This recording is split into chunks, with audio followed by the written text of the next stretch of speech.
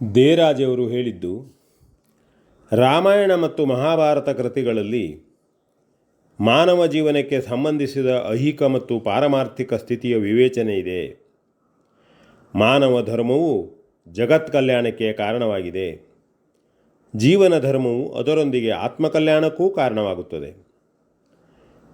ಒಂದು ಪೂರ್ಣ ಪರಿಜ್ಞಾನ, ಇನ್ನೊಂದು ಪರಿಪೂರ್ಣ ಜ್ಞಾನ. ಒಂದರಲ್ಲಿ ಪುರುಷೋತ್ತಮತ್ವ, ಇನ್ನೊಂದರಲ್ಲಿ ಅತಿಮಾನವತ್ವ. ಒಂದರಲ್ಲಿ ಧರ್ಮಸ್ವರೂಪ, ಇನ್ನೊಂದರಲ್ಲಿ ದರ್ಶನ ರೂಪ. ಒಂದರಲ್ಲಿ ರಾಮರಾಜ್ಯ, ಇನ್ನೊಂದರಲ್ಲಿ ಧರ್ಮರಾಜ್ಯ. ಪುತ್ರಕಾಮಿಷ್ಟಿ. ಮನುವಂಶೀಯನಾದ ದಶರಥ ಸಾರ್ವಭೌಮನು ಸುದೀರ್ಘವಾದ ತನ್ನ ಜೀವನದಲ್ಲಿ ಸುಪುತ್ರೋದಯವನ್ನು ಕಾಣಲಾರದೆ ಒಳಗೆ ಬಹುವಾಗಿ ಮರುಗುತ್ತಿದ್ದನು. ಪವಿತ್ರವಾದ ಸೂರ್ಯವಂಶದಲ್ಲಿ ಹುಟ್ಟಿ ವಿಖ್ಯಾತವಾದ ಸಾಕೇತ ಸಾಮ್ರಾಜ್ಯವನ್ನು ಸದ್ಧರ್ಮದಿಂದಲೇ ಆಳುತ್ತಾ ವೃದ್ಧನೇ ಆಗಿದ್ದರೂ ಮಕ್ಕಳಿಲ್ಲದ ಕೊರತೆಯಿಂದ ಅವನು ನಿತ್ಯ ದುಃಖಿಯಾಗಿದ್ದನು.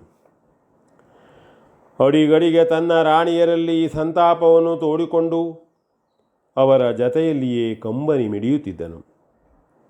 ಅಯೋಧ್ಯೆಯ ಸಕಲ ಪ್ರಜೆಗಳು ಅರಸನ ಈ ನ್ಯೂನತೆಗಾಗಿ ಹೊಲುಬುತ್ತಿದ್ದರು. ಪರಿವಾರದವರ ಹಾಗೂ ದಾಸಿಯರ ದುಃಖವನ್ನಂತೂ ಹೇಳತಿರದು. ದೇಶದ ಮೂಲೆ ಮೂಲೆಗಳಲ್ಲಿ ಸಹ ಇದೇ ಹಳಹಳಿಕೆ. ಪ್ರಜಾನುರಾಗವುಳ್ಳ ಅರಸನ ಆಳ್ವಿಕೆಯಲ್ಲಿ ಅರಸನ ಸುಖ ದುಃಖಗಳಲ್ಲಿ ಎಲ್ಲರೂ ಪಾಲುಗೊಳ್ಳುತ್ತಿರುವುದು ವಿಶೇಷವೇನಲ್ಲ. ಆದರೂ ದುಃಖವಿದು ಮಾತ್ರ ಸಾರ್ವಭೌಮನ ಜರೆಯಂತೆ ದಿನದಿಂದ ದಿನಕ್ಕೆ ವೃದ್ಧಿಯಾಗುತ್ತಲೇ ಇತ್ತು. ಹೀಗಿದ್ದರೂ ವೃದ್ಧನಾಗಿದ್ದ ದಶರಥ ರಾಜನಿಗೆ ಕತ್ತಲೆಯೇ ಆವರಿಸಿದ್ದ ತನ್ನ ಭವಿಷ್ಯತ್ತಿನಲ್ಲಿ ಆಶಾಜ್ಯೋತಿಯ ತುಣುಕೊಂದು ಒಮ್ಮೊಮ್ಮೆ ಮಿನುಗಿ ಮಾಯವಾದಂತೆ ಭಾಸವಾಗುತ್ತಿತ್ತು. ಅವನು ತನ್ನ ಹರೆಯದಲ್ಲೊಮ್ಮೆ ಪ್ರಮಾದವಶದಿಂದ ತಾಂಡವನೆಂಬ ಒಬ್ಬ ಮುನಿಪುತ್ರನ ಮರಣಕ್ಕೆ ಕಾರಣನಾಗಿದ್ದನು. ಪುತ್ರ ಶೋಕದಿಂದಲೇ ಮೃತಿಯನ್ನೈದಿದ್ದ ಆ ಮುನಿಯ ಮಾತಾಪಿತೃಗಳು ತಮ್ಮ ಪ್ರಾಣೋತ್ಕ್ರಮಣ ಕಾಲದಲ್ಲಿ, ನೀನು ಬಳಿಯಲ್ಲಿ ಮಕ್ಕಳಲ್ಲಿರುವಾಗ ಮರಣ ಹೊಂದು ಎಂದು ದಶರಥನನ್ನು ಶಪಿಸಿದ್ದರು. ಈ ವಿಚಾರವು ಬಹಳ ಗೋಪ್ಯವಾಗಿಯೇ ಉಳಿದಿದ್ದಿತು. ಆದರೂ ರಾಜನ ಮನಸ್ಸನ್ನು ಅದು ಬಹಳವಾಗಿ ಹಿಂಡುತ್ತಿತ್ತು. ಒಮ್ಮೊಮ್ಮೆ ಸಂತಾನದ ಕುರಿತು ನೊಂದುವ ತನ್ನಾಸೆಯ ಸೊಡರ ಕುಡಿಗೆ ಈ ಶಾಪವಾಕ್ಯವೇ ತೈಲು ಬಿಂದುವಾಗಿ ಪರಿಣಮಿಸುತ್ತಿತ್ತು. ಪುತ್ರ ಯೋಗದ ಭಾಗ್ಯವಿಲ್ಲದಿದ್ದರೂ ಶಾಪದ ಮಾತಿನ ಸತ್ಯತೆಗಾಗಿ ಆದರೂ ಸಂತಾನವು ಪ್ರಾಪ್ತಿಸದಿರದೆಂದು ಎಣಿಸಿಯೇ ದಶರಥನು ಆ ಗುಟ್ಟನ್ನು ಬಚ್ಚಿಟ್ಟುಕೊಂಡು ಕೆಂಡವನ್ನು ಉಡಿಯಲ್ಲಿ ಕಟ್ಟಿಕೊಂಡವನಂತೆ ವ್ಯವಹರಿಸುತ್ತಿದ್ದನು. ಪಟ್ಟದರಸಿಯಾದ ಕೌಸಲ್ಯೆಯು ಬಂಜೆಯೇ ಆಗಿರಬೇಕೆಂದು ಬಗೆದು ಸುಮಿತ್ರೆಯನ್ನು ಕಿರಿಯರಸಿಯಾಗಿ ಅವನು ಮದುವೆಯಾಗಿದ್ದನು. ಅವಳು ಸಂತತಿಯನ್ನು ಪಡೆಯದಿರಲು ಅಷ್ಟೇ ಅವಳ ಭಾಗ್ಯವೆಂದು ಭಾವಿಸಿ ಮತ್ತವನು ಕೈಕೇಯಿಯನ್ನು ಪ್ರೀತಿಯ ರಾಣಿಯಾಗಿಯೇ ತನ್ನ ಮುಪ್ಪಿನಲ್ಲಿ ವರಿಸಿದ್ದನು. ಅವಳಲ್ಲಿಯೂ ವಂಶವಲ್ಲರಿಯೂ ಪಲ್ಲವಿಸಲಿಲ್ಲ. ಮೂವರು ರಾಣಿಯರನ್ನು ವರಿಸಿಯೂ ದಶರಥನು ಸಂತಾನವನ್ನು ಪಡೆದಿರಲಿಲ್ಲ. ತನಗೆ ಮಕ್ಕಳ ಯೋಗವೇ ಇಲ್ಲವೆಂದು ಖಚಿತ ಮಾಡಿಕೊಳ್ಳುವಾಗ ಈ ಶಾಪದ ನೆನಪಾಗುತ್ತಿತ್ತು. ಆಗ ಅವನಿಗೆ ಆಸೆಯು ಮತ್ತೆ ಜಾಗೃತವಾಗುತ್ತಿತ್ತು.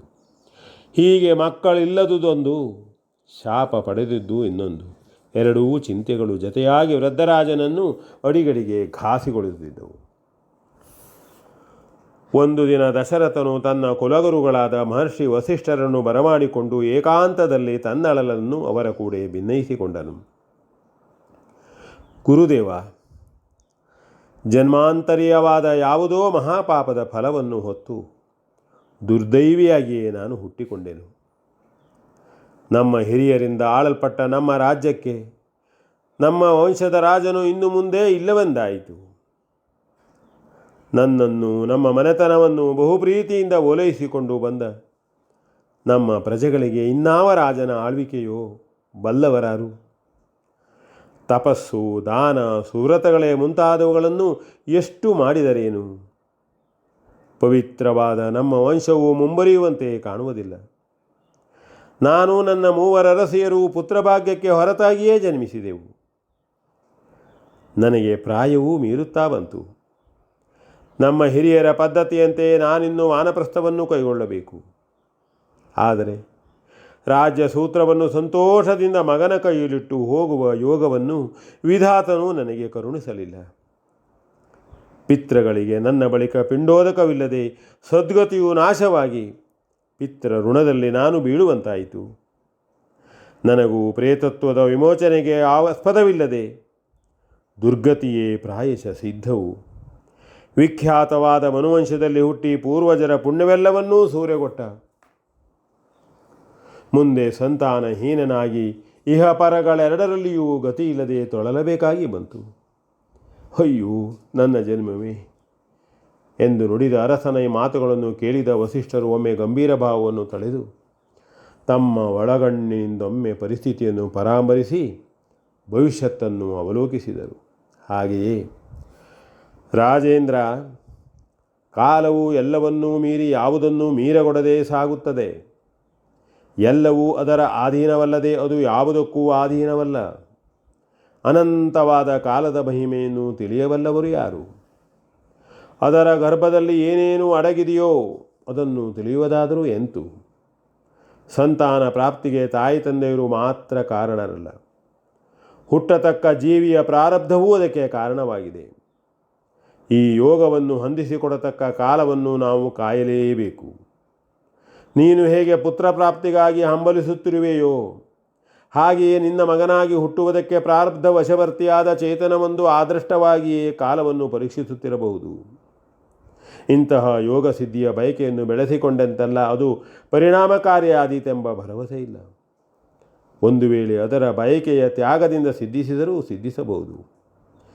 ಆ ನಿನ್ನ ಆಸೆಯು ನಿನಗೆ ಸತ್ಫಲವನ್ನು ಕೊಡಲಿಲ್ಲ. ನಿನಗಾಗಿ ಮಕ್ಕಳನ್ನು ಪಡೆಯಬೇಕೆನ್ನುವ ನಿನ್ನ ಆಸೆಯು ನಿನಗೆಂದಿಗೂ ಮಕ್ಕಳನ್ನು ಕೊಡಲಾರದೋ ಏನು?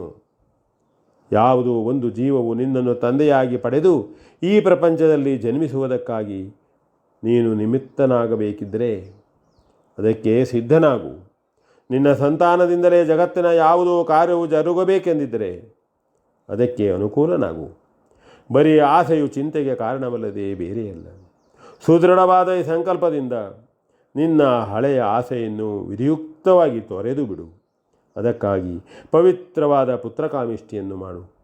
ಪುತ್ರ ಕಾಮವೇ ಅದರಲ್ಲಿ ಪ್ರಧಾನವಾದ ಆಹುತಿಯಾಗಲಿ ಎಂದು ಅಪ್ಪಣೆ ಕೊಡಿಸಿದರು. V N Bhagwat, Baraballi.